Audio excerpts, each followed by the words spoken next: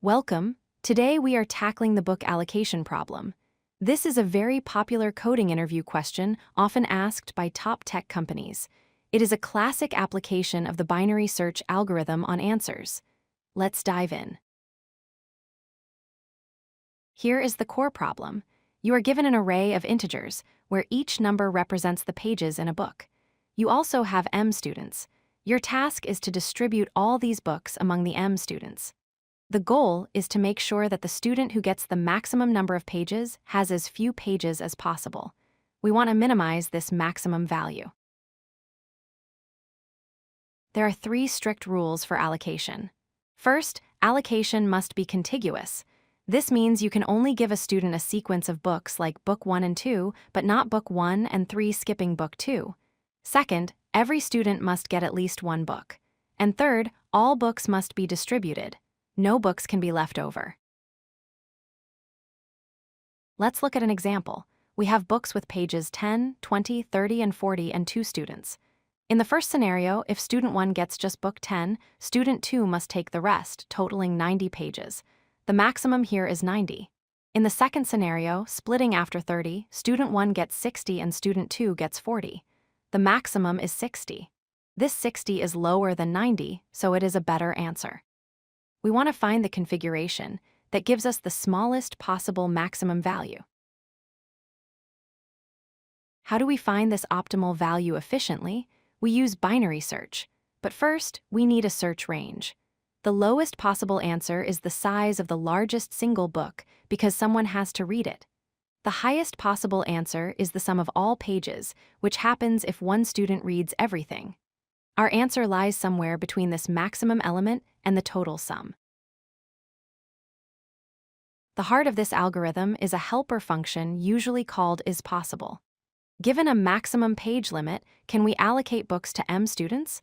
We iterate through the books, adding pages to the current student. If adding a book exceeds the limit, we assign it to a new student. If we need more than M students, then this specific limit is not feasible.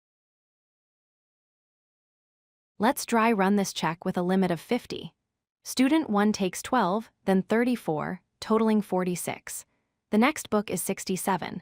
Adding 67 would exceed 50, so we must stop assigning to student 1 and start with student 2. This greedy approach lets us verify if a specific, mid, value from our binary search is a valid candidate. Here is the full strategy. We calculate a middle value, or mid, from our range. We ask, is it possible to allocate books such that no one reads more than mid? If yes, this mid could be our answer, but we try to find an even smaller valid number, so we move to the left half. If no, our limit was too strict, so we must increase it by moving to the right half.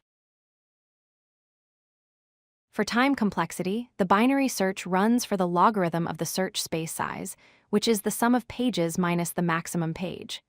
Inside each step, we iterate through the book's array once, taking linear time.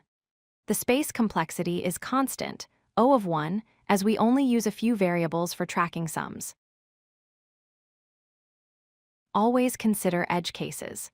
If the number of students is greater than the number of books, allocation is impossible because every student needs at least 1 book.